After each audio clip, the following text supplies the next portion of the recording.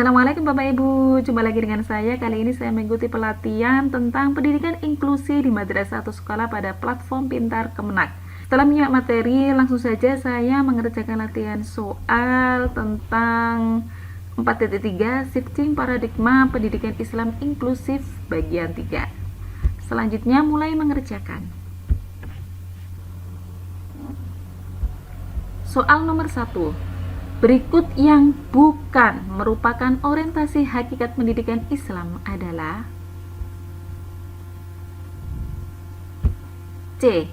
Hakikat pendidikan Islam adalah menyiapkan anak-anak peserta didik yang memiliki pengetahuan keislaman yang mumpuni sehingga mereka dapat dipersiapkan menjadi agen perubahan menuju masyarakat yang madani. Ini yang bukan orientasinya ya. Nomor 2. Dalil yang menjelaskan tentang keberagaman atas ciptaan Allah terkait perbedaan gender, disabilitas, dan inklusi sosial adalah A. Ya ayuhan nasu inna khalaqnakum min dzakari wa untha wa ja'alnakum syu'uban wa qabaila lita'arafu. Nomor 3. Perhatikan pernyataan berikut. Pertanyaannya, pada pernyataan di atas yang merupakan tripusat pendidikan adalah lingkungan keluarga, lingkungan sekolah, masyarakat sosial. Jawabannya adalah yang A, B, C. Lingkungan sekolah, keluarga, dan masyarakat. C. Nomor 4. Berikut yang bukan merupakan makna teoritik dari paradigma adalah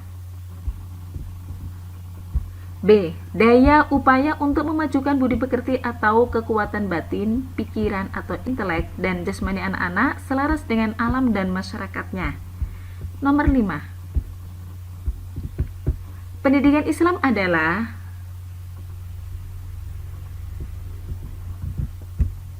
D. Bimbingan secara sadar oleh pendidik terhadap perkembangan jasmani dan rohani peserta didik menuju terbentuknya kepribadiannya yang utama atau insan kamil. Baik, selesai. Kita cek dulu. Nomor 1C, 2A, 3C, 4B, 5D. Selesai ujian.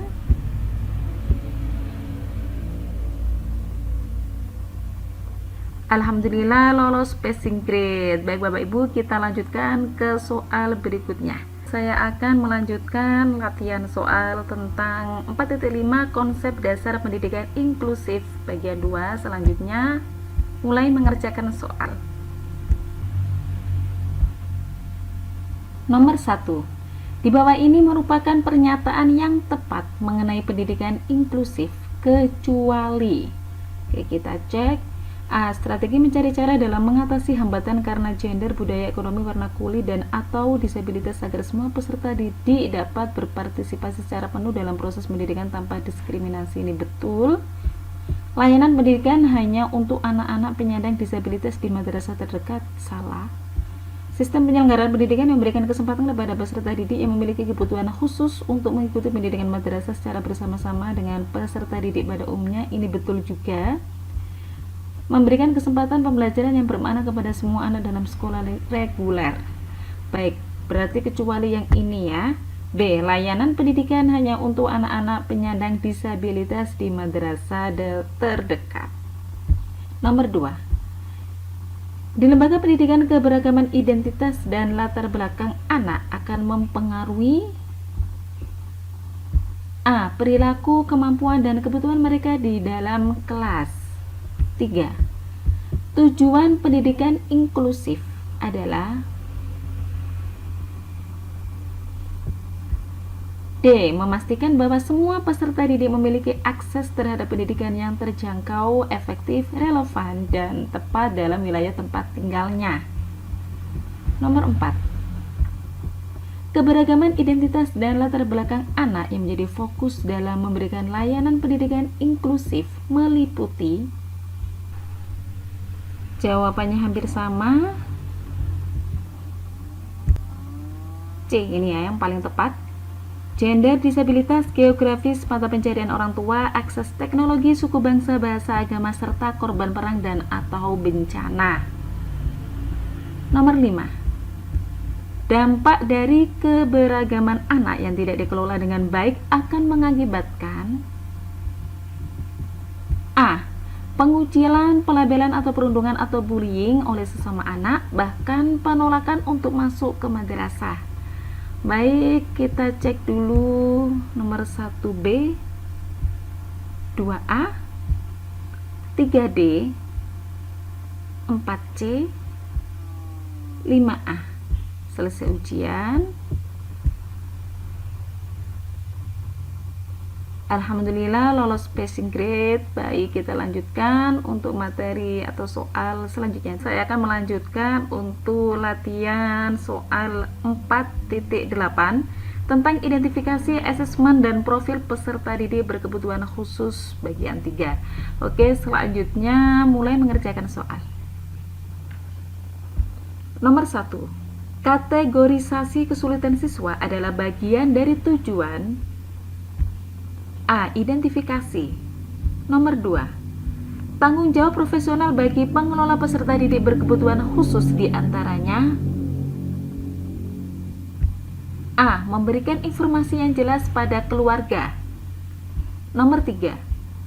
Memiringkan kepala dalam rangka mencari sumber suara adalah salah satu tanda hambatan. B. Pendengaran. 4.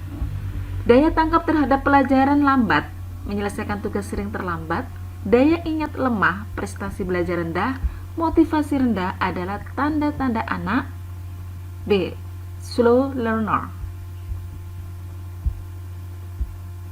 5. Identifikasi fungsional guru tentang penyandang disabilitas tertera dalam B. Undang-Undang Nomor 8 Tahun 2016. Baik, kita cek dulu satu-satu. Nomor 1A, 2A, 3B, 4B, 5B. Baik, selesai ujian. Alhamdulillah 100 lolos passing grade. Baik Bapak Ibu, kita lanjutkan ke latihan soal berikutnya. Saya akan melanjutkan latihan soal 4.10 tentang program pendidikan individual atau PPI. Baik, setelah menyimak materi, selanjutnya mulai mengerjakan soal. Nomor 1. Tujuan utama disusunnya PPI adalah C. Mengidentifikasi dan memenuhi kebutuhan belajar individu siswa. Nomor 2. Istilah lain dari program pendidikan individual atau PPI adalah D. Individualized Educational Program atau IEP. Nomor 3. PPI dibuat oleh D. Madrasah dengan melibatkan tim multidisiplin. 4. Pernyataan berikut yang bukan merupakan urgensi disusunnya PPI adalah, kita cek dulu. A. PPI berpusat pada peserta didik sebagai subjek yang dinilai aktif, mampu belajar, dan didasarkan pada karakteristik kebutuhan khusus betul. Komponen PPI difokuskan pada kemajuan dan kebutuhan PDBK itu sendiri, sedangkan kurikulum digunakan sebagai rambu-rambu, bukan dititik beratkan sebagai target utama PPI. Betul. Penyusunan PPI harus melibatkan ahli atau profesional karena terkait dengan akuntabilitas layanan pendidikan bagi PDBK pada madrasah inklusif. Ini sepertinya kurang tepat. D. PPI bertujuan menyelaraskan antara karakteristik kebutuhan khusus dan tugas perkembangan PDBK dengan kurikulum dan pembelajaran dalam upaya pengembangan potensi mereka secara optimal. Jawaban yang bukan merupakan urgensi ini ya. Penyusunan PPI harus melibatkan ahli atau profesional karena terkait dengan akuntabilitas layanan pendidikan bagi PDBK pada madrasah inklusif. C. Nomor 5. Program pendidikan individu atau PPI bagi peserta didik berkebutuhan khusus pada madrasah inklusif adalah P. Program pendidikan yang disesuaikan dengan kebutuhan individu PDBK. Baik, kita cek dulu nomor 1 C, 2D, 3D,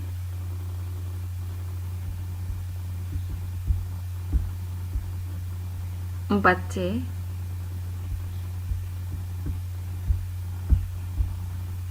5B.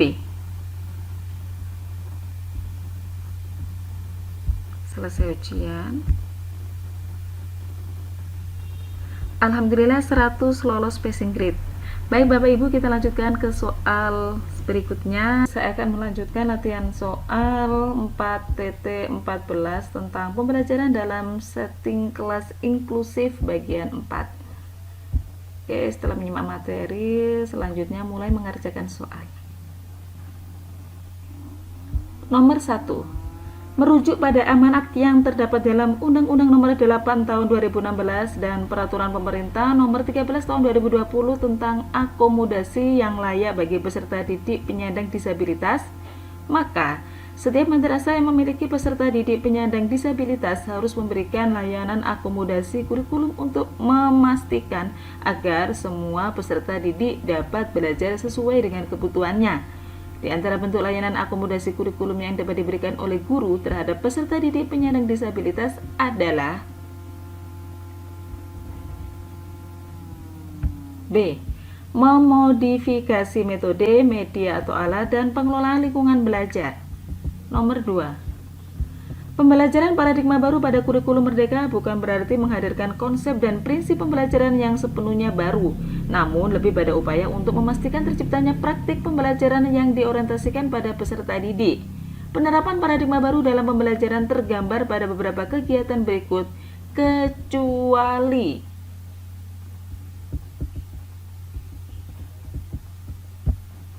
C. Guru menggunakan otoritas sebagai pembimbing utama pembelajaran dalam mengatasi permasalahan yang timbul tanpa melibatkan orang tua atau guru lain. Ya, ini yang salah. Kecuali ini karena harusnya melibatkan orang tua bukan tanpa. Nomor 3. Tahap pertama yang perlu dilakukan oleh guru dalam merencanakan pembelajaran adalah memahami capaian pembelajaran. Terkait aktivitas tersebut, pernyataan yang kurang tepat adalah A. Bagi PDBK dengan hambatan rungu, guru menggunakan capaian pembelajaran SLB. Kurang tepat. Nomor 4. Pemerintah menetapkan capaian pembelajaran sebagai kompetensi pembelajaran yang harus dicapai peserta didik pada setiap fase. Pemanfaatan fase-fase CP dalam perencanaan pembelajaran dapat dikemukakan sebagai berikut, kecuali B. Mendorong guru fokus pada ketercapaian CP di akhir fase tanpa perlu memperhatikan perkembangan peserta didik dan kesinambungan proses pembelajaran antar kelas. Harusnya perlu ya, bukan tanpa, ini kesalahannya di sini. Kecuali B. Nomor 5. Berikut adalah pernyataan yang benar terkait akomodasi yang layak bagi peserta didik berkebutuhan khusus di madrasah, kecuali lagi D. Menggunakan capaian pembelajaran masing-masing fase sebagai kompetensi pembelajaran yang harus dicapai oleh semua peserta didik pada setiap fase. Baik, 5 soal selesai. Kita cek dulu satu-satu. Nomor 1B, 2C, 3A, 4B, 5D.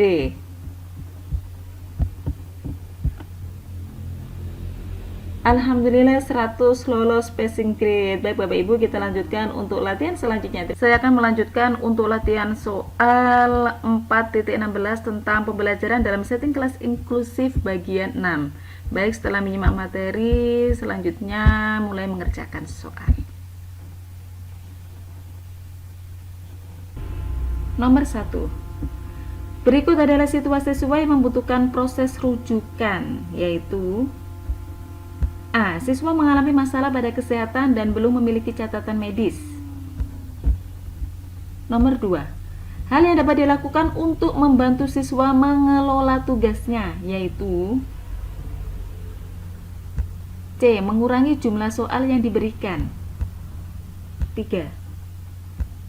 Yang bukan merupakan adaptasi kurikulum dalam penyelenggaraan pendidikan inklusif dapat dilakukan dengan cara-cara sebagai berikut.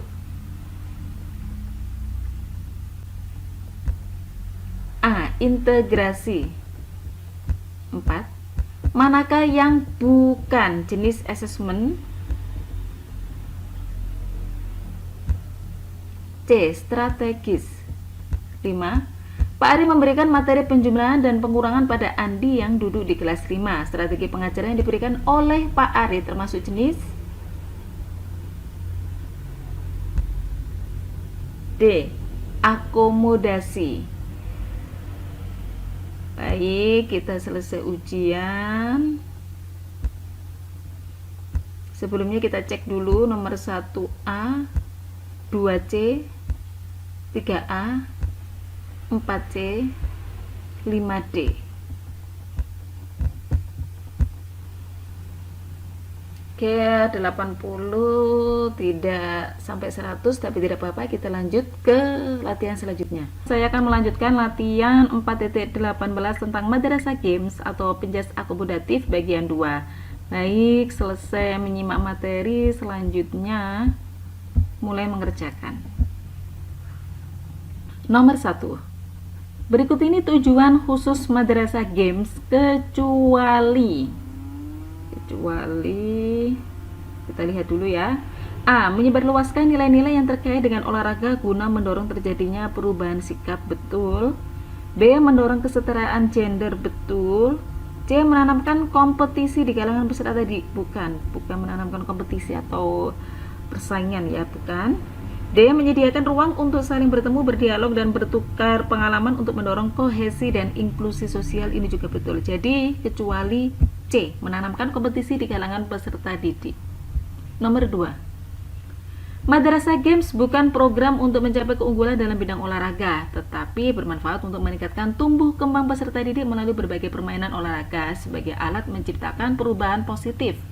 Di bawah ini aspek tumbuh kembang yang menjadi tujuan khusus program Madrasah Games, yaitu hampir mirip. Yang paling tepat jawabannya C. Kognitif, bahasa, motorik, sosial emosional, dan kemandirian. Nomor 3. Guru dan peserta didik duduk melingkar untuk mendorong kepercayaan diri peserta didik di antara mereka sendiri.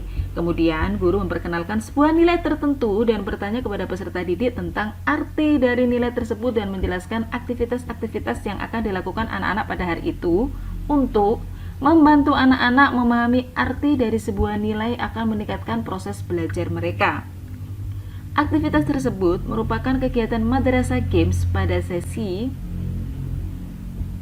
A. Presentation. Oke, nomor 4. Di bawah ini adalah sesi-sesi pada Madrasah Games yang ditanyakan.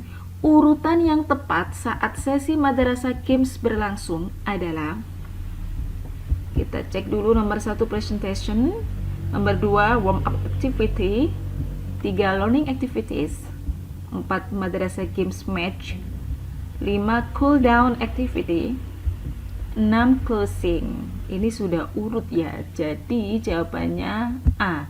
1, 2, 3, 4, 5, 6. Nomor 5. Program aktivitas untuk menanamkan nilai-nilai keislaman dan keindonesiaan kepada peserta didik melalui kegiatan permainan olahraga dalam pendidikan di madrasah, guna membantu semua peserta didik dalam mengembangkan dan mewujudkan potensi mereka. Program aktivitas dimaksud pada pendidikan inklusif di madrasah dinamakan Madrasah Games B. Baik, kita cek dulu nomor 1C, 2C, 3A, 4A, 5B. Selesai ujian.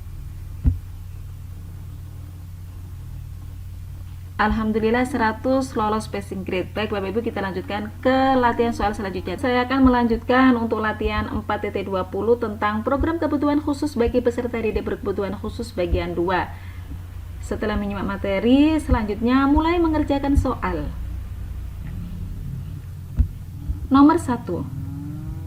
Apakah yang dimaksud dengan keterampilan komunikasi isyarat pada konteks keterampilan berkebutuhan khusus? Pasti A. Kemampuan menggunakan isyarat tangan atau bahasa isyarat. 2. Apa tujuan utama dari program kebutuhan khusus bagi peserta didik berkebutuhan khusus? C. Membantu peserta didik mengakses pendidikan secara efektif. 3. Apa yang dimaksud dengan program kebutuhan khusus bagi peserta didik berkebutuhan khusus? D. Program pendidikan untuk peserta didik dengan kebutuhan khusus. 4.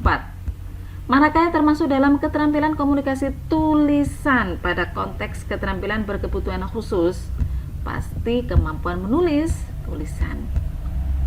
Nomor 5. Apakah yang dimaksud dengan keterampilan komunikasi menggunakan alat komunikasi manual maupun berbasis teknologi informasi dan digital pada konteks keterampilan berkebutuhan khusus? D. Kemampuan menggunakan alat komunikasi manual atau berbasis teknologi informasi dan digital seperti komputer atau tablet. Baik, 5 soal selesai. Kita cek dulu nomor 1A, 2C, 3D,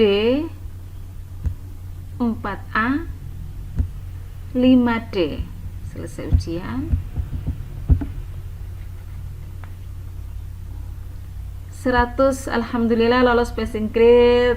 Baik Bapak Ibu, kita lanjutkan ke latihan soal berikutnya. Saya akan melanjutkan untuk latihan soal 4.22 tentang program pasca madrasah bagi peserta didik berkebutuhan khusus bagian 2.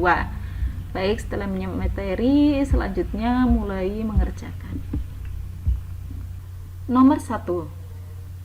Tujuan utama dari pendekatan inklusif dalam pendidikan pasca madrasah adalah B. Mengintegrasikan siswa dengan kebutuhan khusus ke dalam lingkungan belajar biasa. Nomor 2. Salah satu strategi yang efektif dalam mendukung siswa dengan kebutuhan khusus di lingkungan pasca madrasah inklusif adalah A. Memberikan dukungan individual dan modifikasi kurikulum sesuai kebutuhan mereka. Nomor 3. Apa yang dimaksud dengan pasca madrasah inklusif? D. Program pendidikan yang menyediakan layanan pendidikan untuk semua siswa termasuk mereka dengan kebutuhan khusus. 4. Manfaat utama dari pendidikan pasca madrasah inklusif adalah C. Menyediakan pendidikan eksklusif bagi siswa dengan kebutuhan khusus. Nomor 5. Bagaimana peran masyarakat dalam mendukung pendidikan pasca madrasah inklusif? A. Memfasilitasi lingkungan belajar yang inklusif dan ramah bagi semua siswa. Baik, kita cek dulu nomor 1B, 2A, 3D, 4C, 5A. Selesai ujian. Alhamdulillah 100 lolos passing grade. Baik Bapak Ibu, kita lanjutkan ke soal latihan berikutnya. Saya akan melanjutkan latihan 4.23 tentang pengelolaan dan pengembangan pendidikan inklusif pada madrasah bagian 1. Setelah menyimak materi, selanjutnya mulai mengerjakan soal. Nomor 1. Berikut adalah bagian dari 8 standar nasional pendidikan yang harus terpenuhi dalam penyelenggaraan pendidikan inklusif di madrasah adalah A. Standar isi betul, B. Standar proses juga betul, semua jawaban benar. D. Standar sarana prasarana juga betul, jadi semua jawaban benar. C. Nomor 2. Manfaat manajemen pendidikan inklusif di madrasah adalah C. Menjamin pemenuhan standar dan pengembangan madrasah untuk mencapai visi, misi, dan branding madrasah yang inklusif. 3. Tahapan pengelolaan pendidikan inklusif di madrasah meliputi A. Perencanaan, pengorganisasian, pelaksanaan, dan pengawasan. 4. Yang dimaksud dengan pendidikan inklusif di madrasah adalah B. Pendidikan yang mencakup semua siswa termasuk mereka dengan kebutuhan khusus. 5. Peran guru dalam pengelolaan pendidikan inklusif di madrasah adalah A. Mengidentifikasi kebutuhan belajar individu dan memberikan dukungan yang sesuai. Baik, kita cek satu-satu dulu. Nomor 1C, 2C, 3A, 4B, 5A. Selesai ujian. 100, alhamdulillah lolos passing grade. Baik Bapak Ibu, kita lanjutkan ke latihan selanjutnya. Saya akan melanjutkan latihan soal 4.27 tentang pengelolaan dan pengembangan pendidikan inklusif pada madrasah bagian 5. Baik, selanjutnya mulai mengerjakan soal. Nomor 1. Tujuan utama dari rehabilitasi berbasis masyarakat dalam pendidikan inklusif adalah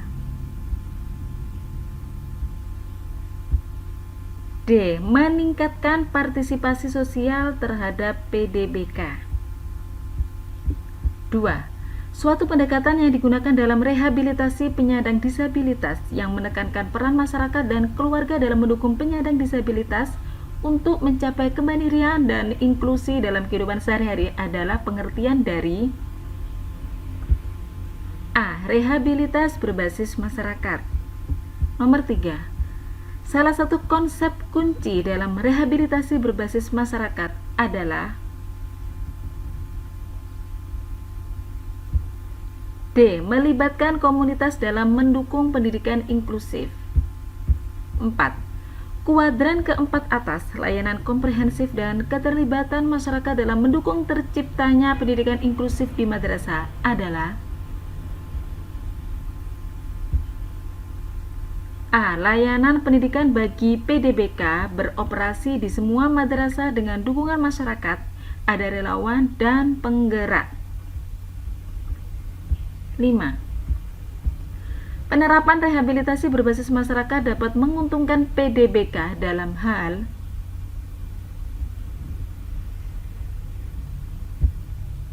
C. Meningkatkan kualitas pendidikan dan partisipasi dalam masyarakat. Baik, kita cek dulu nomor 1D, 2A, 3D, 4A, 5C. Selesai ujian. Alhamdulillah 100 lolos passing grade. Baik Bapak Ibu, kita lanjutkan ke latihan terakhir. Kali ini saya akan melakukan latihan 4.29, latihan soal terakhir dari pelatihan pendidikan inklusi pada madrasah. Oke, 4.29 ini tentang monitoring, evaluasi, dan sistem penjaminan mutu madrasah inklusif. Selanjutnya mulai mengerjakan. Nomor 1. Di bawah ini adalah proses monitoring dan evaluasi yang dapat membantu dalam penjaminan mutu madrasah inklusi. Yang ditanyakan, urutan yang tepat proses monitoring dan evaluasi yang dapat membantu dalam penjaminan mutu madrasah inklusi adalah, kita cek dulu. Nomor 1, memantau kinerja sekolah. 2, mengidentifikasi kekurangan atau tantangan. 3, memberikan data dan wawasan yang diperlukan untuk membuat perbaikan yang sesuai. 4, membantu dalam pengambilan keputusan yang berbasis bukti dan meningkatkan kualitas layanan pendidikan inklusi. 5, menyusun laporan hasil monitoring dan evaluasi untuk dilaporkan kepada Kepala Kemenakap atau kota. Yang sesuai urutan yang tepat adalah C, 2, 3, 4, 5. Nomor 2. Di bawah ini adalah indikator atau parameter yang dapat digunakan dalam monitoring dan evaluasi madrasah inklusi kecuali, kita cek, A. Ketersediaan fasilitas dan sumber daya pendukung, betul. B. Kemajuan akademik siswa inklusi, betul. C. Kepuasan kepala madrasah dalam layanan kepada PDBK, salah. D. Tingkat partisipasi siswa dengan kebutuhan khusus, betul. Jawabannya C. Kepuasan kepala madrasah dalam layanan kepada PDBK, ya, kecuali. Ini ada di materi. Nomor 3. Proses pengawasan dan penilaian terhadap berbagai aspek kinerja madrasah inklusi termasuk layanan pendidikan, pembelajaran, dan penjaminan mutu adalah B. Monitoring dan evaluasi. Nomor 4.